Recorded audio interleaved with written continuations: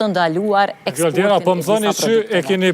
Ajo ka qenë e targetuar për një periudhë të caktuar. Doni me propozu një ligj... Ka qenë ligj i targetuar për një periudhë të destabilizuar. Ne do të kemi pra një ligj të ri, i cili do të punohet, do të draftohet dhe do të jetë një instrument në dispozicion kur paraqiten raste të tilla pra ku abuzohet me çmimin. Edhe po thuhet paga minimale më bën 1.000 euro. Kur bëhet si kjo? Jo minimale, mesatarja, gabim jemi. Mesatarja u premtu për 1.000 euro. Mesatarja në sektorin publik. Në sektorin publik, pra gjatë mandatit të radhës, pra është menduar që krahas këtij trendit të cilën kemi pasur ku ka pasur më shumë se 3 raste që është rritur pra paga në sektorin publik, kjo të vazhdoj me një trend të tillë, karshi edhe bruto produktit vendor dhe zhvillimit ekonomik në vend, me një target pra që të bëhet mesatare 1.000 euro, përderisa ne marrim pagën minimale për sektorin privat pra në 500 euro, dhe këto pra si mekanizma në raport me ekonomi. Edhe mu rrit paga me mri 1.000 euro mesatari, ose për minimi... E sektorit publik. Edhe mu dhon paga e 13 në sektor publik. Po, pra edhe kjo si mekanizm.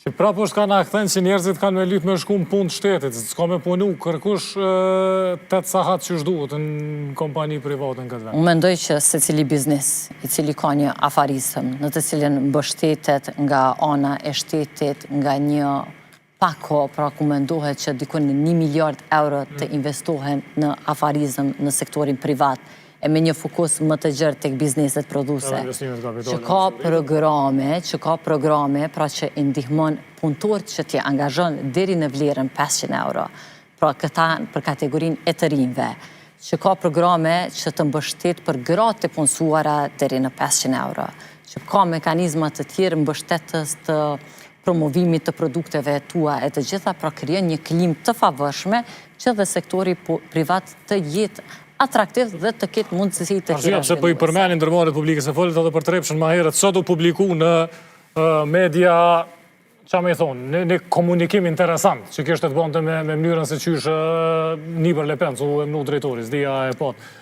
Jo, nuk jo me informuar vjen keq, për periuda pra ndërsa pak më hektike e kësaj kohe e ka mundës që...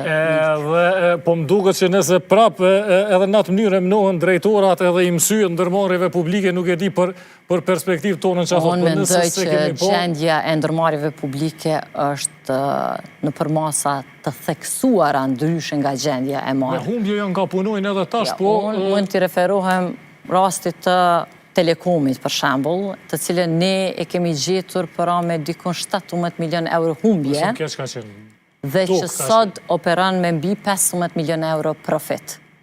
Dhe me investime, kapitale, e mbështetje e të gjitha, e cila e ka pasur një stabilitet të theksuar edhe në raport me mos pagën. Po pare falë që ja ka dhonë qeveria shumë, edhe Telekomit edhe tjerë. Po, veç për teksteve gjyqësore, janë qirat marramense karshi me vlerën e tregut, janë punësimet në raport e tepruara karshi me nevojat e anësti institucioni, e besa dhe vlerat marramenshme të investimit në marketing, edhe në një periud kur ka qeni vetëmi operator që ka operuar në tregun e Kosovës. Po ka pos monopol edhe ka dhone, kesh ka qenë Telekomi. E funit krejt, me politikantë partive ndryshme jom ka e flasë që të qështje në fjallorit fushatës, nja 600 kusur mi euro dënime janë shqiptu për krejt partit për zgjedhjet e shkurtit. A presni si vjetë me qenë ma korrekt?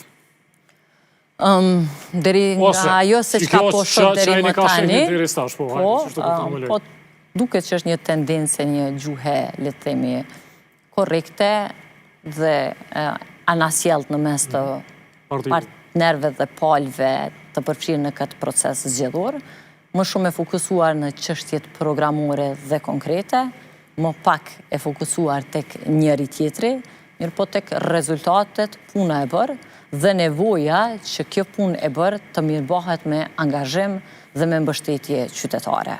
Edhe me të 29-in e shohim nëse kjo gjuhë i shpaguhet edhe kujt për minuta që ishtë, ju falenderoj shumë. 28-i ne e dim të gjithë që është një datë shumë e veçantë për